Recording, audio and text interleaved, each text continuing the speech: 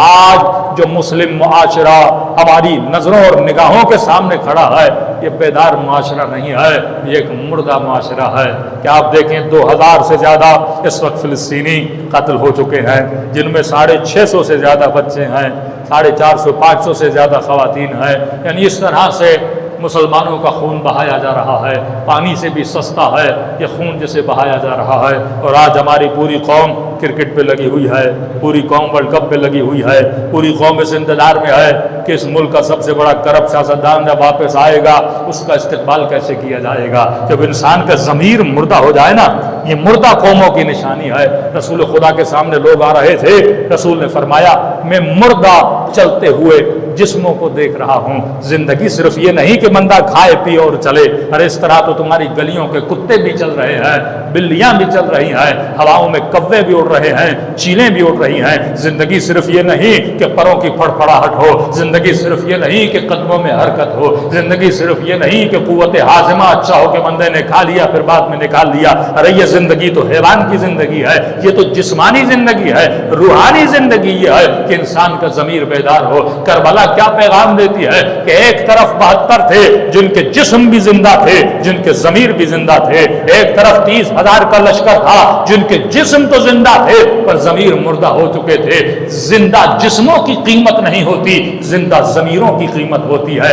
آج امت مسلمہ ایک مثال بنی ہوئی ہے، زندہ نہیں بلکہ مردہ ضمیروں کی۔ ان زندہ جسموں کا کیا کرنا؟ زندہ تو اسرائیلی بھی ہیں، زندہ جسموں میں تو امریکی بھی ہیں، زندہ جسموں میں تو دشمنان اہل بیت بھی ہیں۔ اصل زندگی کون سی ہے کہ انسان کا ضمیر بیدار ہونا چاہیے۔ اور نظر یہ آ رہا ہے کہ عوام میں تھوڑی زندگی ہے، ان کے ضمیر بیدار ہے۔ اردن والوں نے جلوس نکالا، یمن والوں نے جلوس نکالا، مصر والوں نے جلوس نکالا، مطلب عوامی طور پر تو ضمیر ہمیں تھوڑے بہت زندہ نظر آتے ہیں، لیکن حکمران مردہ ضمیروں کی مثال بنے ہوئے ہیں۔ وہ کوئی بھی حکومت ہو، کوئی بھی حکومت آپ دیکھ لیں، اردن کی حکومت ہو طاقت نہیں ہے کہ ان کے خلاف بولے، مصر کی حکومت ہو طاقت نہیں ہے کہ ظلم کے خلاف بولے۔ یہ وہی تصور دجالیت ہے کہ آخری زمانے میں دجال آئے گا۔ کئی جوان پوچھتے مولانا یہ دجال کیا؟ بھائی دجال کی کانسیپٹ یہ ہے، دجال کا مطلب سیلفشنس کا تصور، یہ دجالیت ہے۔ مطلب میں صرف اپنا سوچوں اور کسی کا نہ سوچوں۔ دجال کی ایک آنکھ ہوگی، مطلب دو آنکھوں سے نہیں دیکھے گا، وہ صرف اپنا مفاد دیکھے گا کہ میرا فائدہ ہے کہ نہیں ہے۔ اب اگر میں نے فلسطینیوں کی حمایت کا اعلان کیا تو میرا کیا فائدہ ہوگا، میرا کیا نقصان ہوگا؟ جو انسان یہ سوچ کے جاتا ہے وہ تصور جہاد ختم ہو جاتا ہے۔ اگر میں نفع اور نقصان کو دیکھوں تو پھر جہاد لڑنے کون جائے؟ جہاد میں بندہ جاتا ہے تو اپنی موت ہوتی ہے۔ تو وہ جنگ جو صرف خالصتاً خدا کے لیے لڑی جائے کہ کونوا للظالم خصما وللمظلوم عونا، یہ جاتے جاتے امام حسین کا پیغام کیا تھا کہ اگر تم چاہتے ہو کہ پھر کوئی کربلا نہ ہو، اگر تم چاہتے ہو کہ پھر کوئی قتل نہ ہو، اگر تم چاہتے ہو کہ پھر کوئی بچہ نہ مارا جائے، کربلا میں ایک علی اصغر شہید ہوئے تھے، یہاں 450 بچے مارے گئے ہیں۔ کربلا میں کتنی خواتین کی عزتوں کو پامال کیا گیا، کتنے پردوں کو لوٹا گیا تھا، یہاں ناموس مسلمان کو لوٹا جا رہا ہے، مارا جا رہا ہے، بے عزت کیا جا رہا ہے۔ کربلا میں 3 دن کی بھوک تھی، یہاں پہ پورے بارڈر کو سیل کر دیا گیا ہے، نہ لائٹ بھیجنے کی اجازت ہے، نہ گیس جا رہا ہے، نہ پانی جا رہا ہے۔ مصر والے منتیں کر رہے ہیں 72 گھنٹے دے دو ہم کھانا دے کر آ جائیں۔ یہ علامت ذلت ہے۔ یہ وہ زمانہ ہے جس کی پیشن گوئی رسول نے کی تھی کہ مسلمان دنیا کی بدترین اور ذلیل ترین قوموں میں اس کا شمار ہو جائے گا۔ کیوں؟ کیونکہ جو قوم اپنی عزت نہ کرنا جانے اس کی دنیا کیا عزت کرے گی۔ آج امیر المومنین کا وہ جملہ یاد آتا ہے، جنگ صفین کے جملے، ارے ظالم جب اپنے باطل پہ اتنی مضبوطی سے کھڑا ہے اور جب تجھے پتا بھی ہے تو حق پر ہے اور حق پہ نہیں کھڑا، یہ حق کی بات نہیں ہے، یہ اللہ پہ ایمان کے کمزوری کی بات ہے۔ جب بندہ کہے لا الہ الا اللہ پر خدا پر ایمان ختم ہو جائے تو پھر امام زمانہ کا ظہور کہاں ہوتا ہے؟ ارے ظہور امام تو تب ہوتا ہے جب قوموں کے ضمیر بیدار ہو جائے، جب اللہ پہ بھروسہ پڑ جائے۔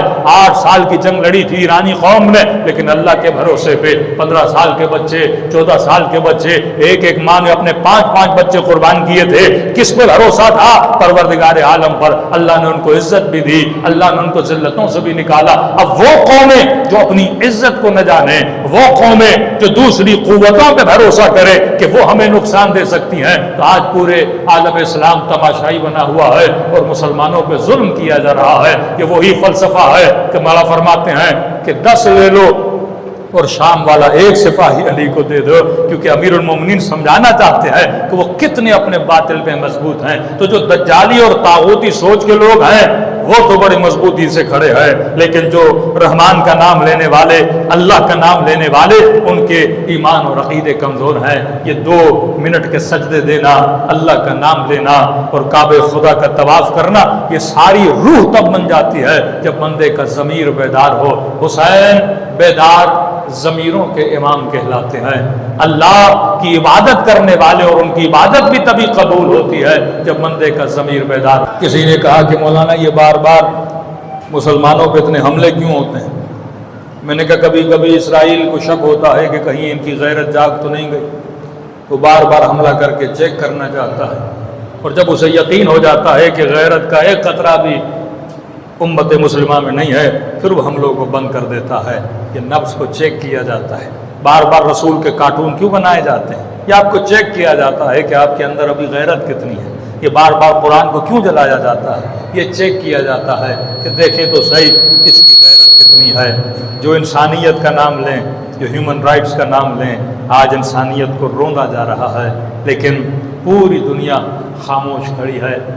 یہاں قیمت انسان کی نہیں ہے، قیمت مفاد کی ہے۔ انسان تو انسان ہے، اسرائیلی مارا جائے وہ بھی انسان ہے، فلسطینی مارا جائے وہ بھی انسان ہے، لیکن آپ یہ بولو کہ میرا 1 مارو گے، میں اس کے بدلوں میں تمہارے 100 ماروں گا، 1000 ماروں گا، مطلب قیمت تیری نہیں ہے، قیمت میری ہے۔ یہ وہی تعصب کی نگاہ ہے، یہ وہی سیلفشنس کا تصور ہے، یہ وہی قوم پرستی ہے جس کو اسلام نے کیا قرار دیا ہے؟